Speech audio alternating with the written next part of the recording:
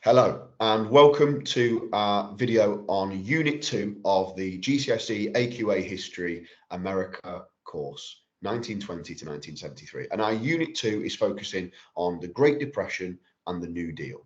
So if you've not already seen, then look back at our Unit 1 video, which will cover the economic boom of the 1920s. And these are the questions that you'll face with across your America paper. So there's 6 questions. The first 3 are focusing on interpretations. I won't run through every one, but then you've got 4 is just a short 4 marker, point develop, making sure you've got specific evidence. And then 5 and 6 are more extended writing, expected to use your seed or peel paragraphs, where you give specific evidence, but then develop your explanations, explain how that affected the country as a whole. So let's get into the content then, and we're going to start off with the Wall Street crash of 1929. Remember, in our first video, the 1920s is characterized by a country that has got high employment, where there's huge levels of goods being produced. They've become the economic powerhouse of the world. And there is a point where America is overproducing. They're producing so much because of new technologies and things like mass production. They're producing so much, but they can't sell it as easily as they used to. Partly because if you've already bought a Model T car, you shouldn't need another one straight away. So once people have bought them, you can't keep selling them to the same people. And they couldn't sell abroad because tariffs had been put on American goods. We talked about tariffs in our first video. A tariff is a tax that you put on to stop people buying goods from abroad, to encourage them to buy from your country. And America, led by the Republicans, had done that to other countries, put tariffs on their goods, and so it was done back to them by many other countries. Also, it was been a time where people had started to buy parts of companies. They started to buy stocks and shares, and 20 million Americans owned stocks and shares in the 1920s. And then on the 24th of October 1929, we have Black Thursday. 13 million shares were sold, which is 5 times more than normal, and they were sold in a panic. And when you sell quickly, it's very likely that the price is going to go down. So you can see shareholders lost a huge amount of money. Many Americans had borrowed money to buy those shares. We call that buying on the margin, where you borrow from the banks and then you hope that the share is going to go up in price so that you can take the profit and also pay your loan back. But when lots of customers lost their money in the Wall Street crash, those loans couldn't be paid back either. And as a result, banks started to go bankrupt. In 1929, you see 659 banks going bankrupt.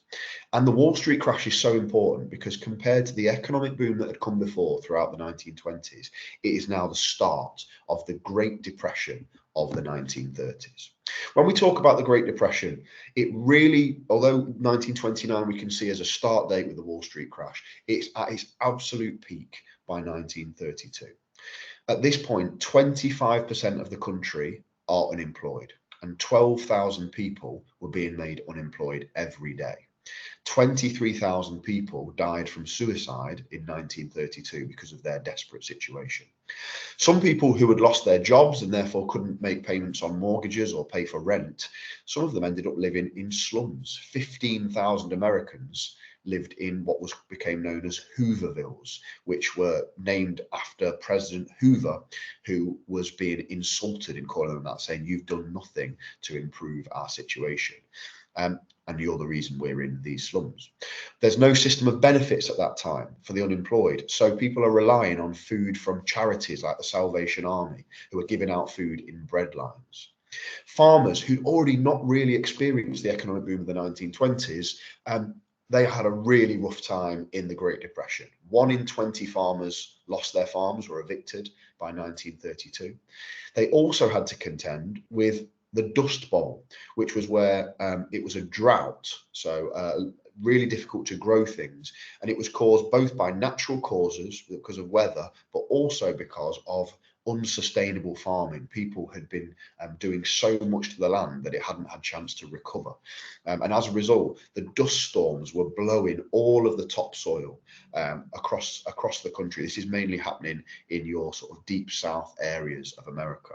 And it made farming absolutely impossible. Now, Hoover, who we talked about a little bit last lesson, he was a rugged individualist. Now, he's a man who considered himself self-made. He'd not been born rich, but he'd achieved by through owning mining companies. He believed he'd dragged himself up into success. And being a rugged individualist means that he thought it was every individual's job to get themselves out of poverty. He didn't think it was the government's job to give benefits and handout. He thought it was individuals' jobs. Now, that's okay to say in a time of economic boom, because there are lots of jobs that people can get. But there are reports of people going for jobs where there's one job and 15,000 applicants. There aren't enough jobs to go round in the Great Depression. And as a result of that, people grew frustrated with him. He became known as the do-nothing president. He made life even worse for himself in 1932 with the bonus army marches. So that was where ex-army veterans, often people who'd fought in World War I, who were really suffering because of the Great Depression, they marched to the capital city, Washington, D.C., and demanded that their pensions were paid early. Now, instead of listening to those concerns, Hoover ordered the current army to fire on them, killing 2 veterans. And for a country like America, their veterans are incredibly important to them. And that was seen as a sort of a final nail in the coffin for President Hoover's time as president. He did eventually start to act, even though he was seen as the do-nothing president. He did eventually start to act. So he started the building project for the Hoover Dam, which still stands to this day. But it was seen as too little too late by the American people, and they voted him out in 1932.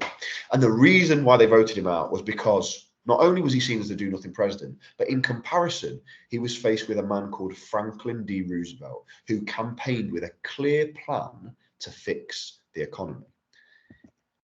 He had a history of helping the poor. When he'd been governor of New York, he'd spent $20 million helping the unemployed. And his big idea was the New Deal. And he said it would bring about relief, recovery, and reform. So relief means helping those people who are right on the edge of the breadline. They're people who are on the verge of homelessness, helping them to come back. Helping the unemployed, helping the people who desperately needed it. Recovery, so to see economic improvements, and reform, change for the better. So these 3 R's, relief, recovery, and reform, underpin the New Deal. Now, the New Deal was massively expensive. It cost $50 billion at the time. And he believed that in order to make money, government had to spend money.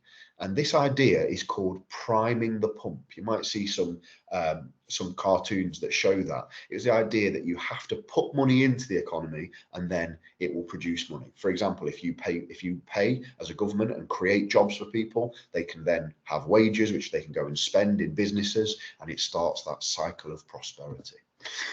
He also, before the 1932 election, he travelled across the country speaking to voters on his whistle-stop tour, sometimes making 15 speeches a day. And he also promised, which was very, very popular, to end prohibition with the Beer Act. And he won the 1932 election with an absolute landslide. He won 42 out of 48 states.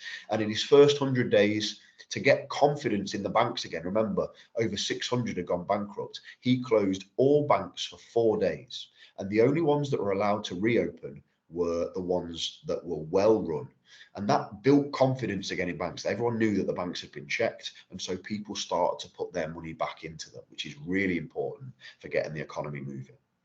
Now, the New Deal was a collective name for a series of programs aimed to help America recover and improve. And those different programs were nicknamed the alphabet agencies because they would start with a series of letters from the alphabet. So I would have a couple up your sleeve in your revision, a couple of them that I think are the easiest to remember. The AAA, the Agricultural Adjustment Agency, that paid workers, farm workers, to destroy their crops so the prices would increase. There was too much of things that overproduced, so they said, right, if you destroy some of that, then it becomes more valuable and more people are going to want to buy it. And the CCC the Civilian Conservation Corps, that paid 18 to 25-year-old men to work on environmental projects like planting trees. Learn a couple, there's loads of them. I would have 2 or 3 up your sleeves to show that you've got really specific evidence. Here's our picture of priming the pump, and I don't know if you can see that there. There's money leaking out everywhere, there's water leaking out, suggesting that it is a waste of money. This is criticising the New Deal. So how effective was it then if some people are criticising it? Like we say, it was paid for by taxpayers' money, and it cost $50 billion. So some Americans believed that it was a huge waste. However, there were things that made massive changes. We talked about the fact that there was no benefit system during the Great Depression of the 1930s.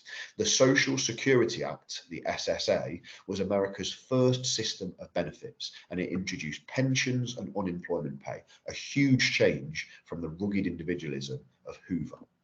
Some business owners also didn't like the New Deal because it interfered with workers' rights.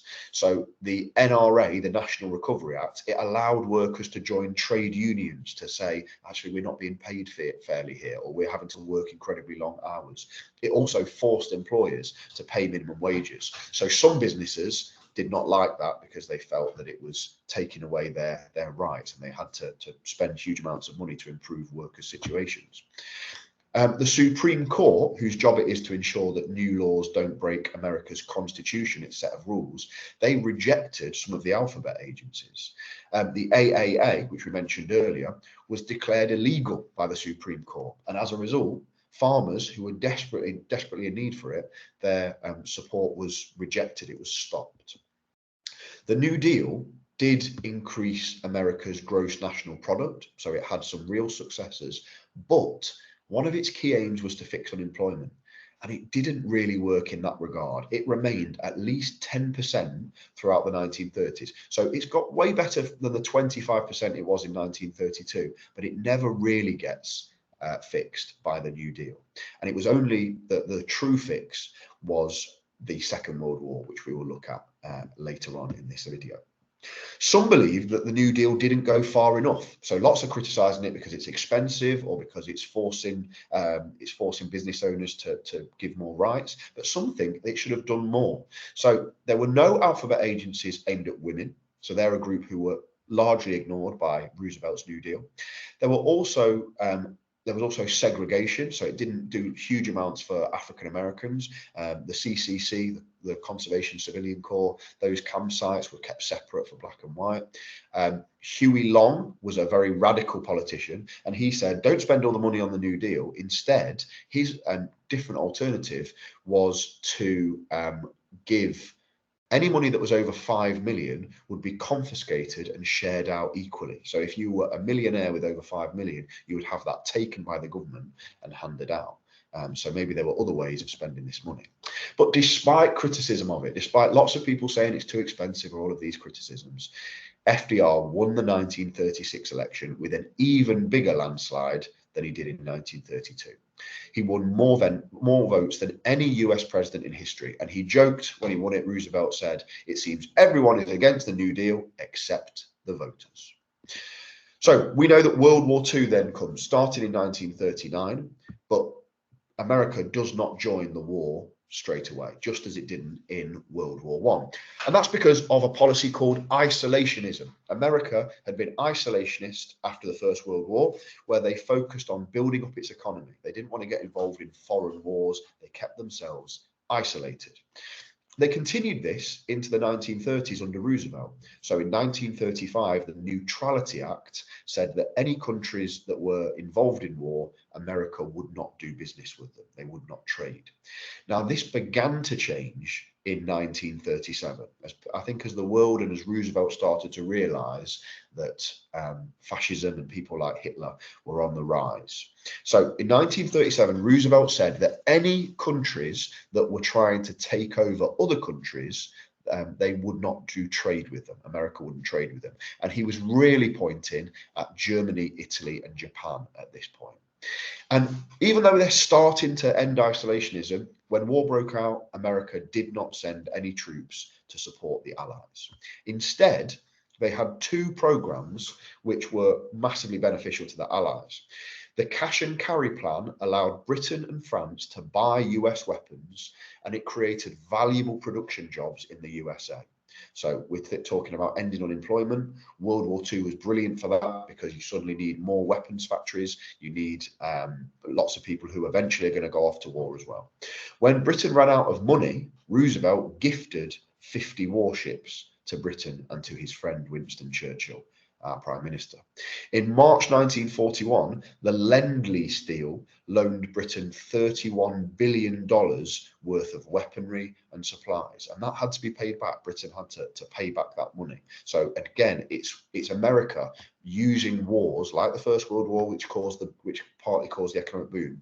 Wars are going to be part of the reason why America is so strong economically.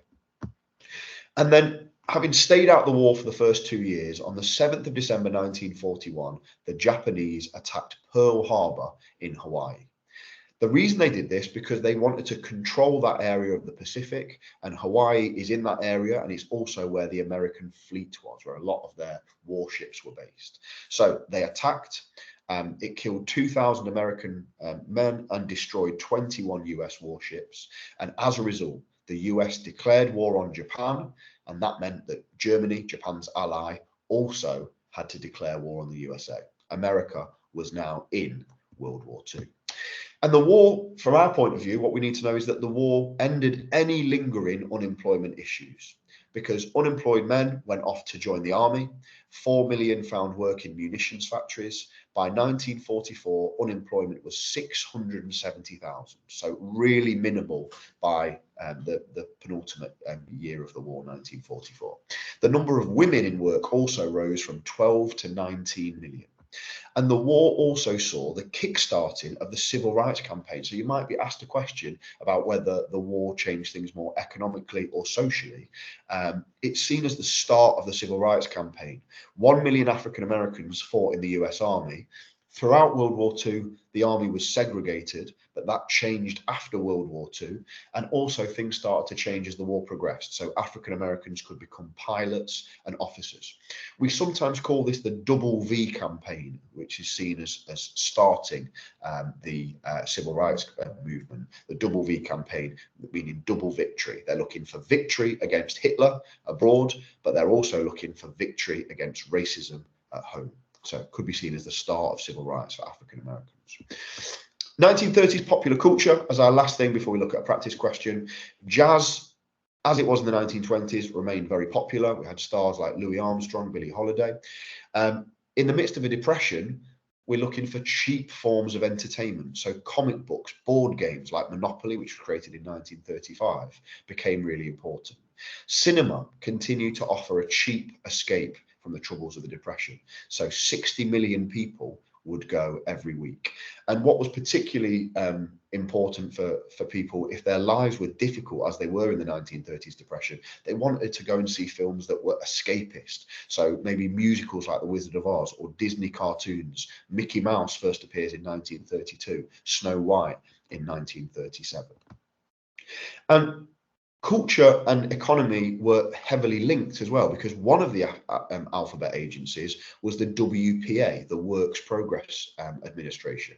Now, that gave work to lots of different groups, but one of them was unemployed artists. So writers would produce guidebooks on every American state, and artists would be hired to produce artworks for schools and libraries. And this is seen as, even in a very difficult economic situation, the WPA is seen as a thing that helped create this quite distinct culture. So authors like John Steinbeck told the story of the Great Depression. His novel of Mice and Men particularly is about two men who are wandering around the Dust Bowl states trying to find work.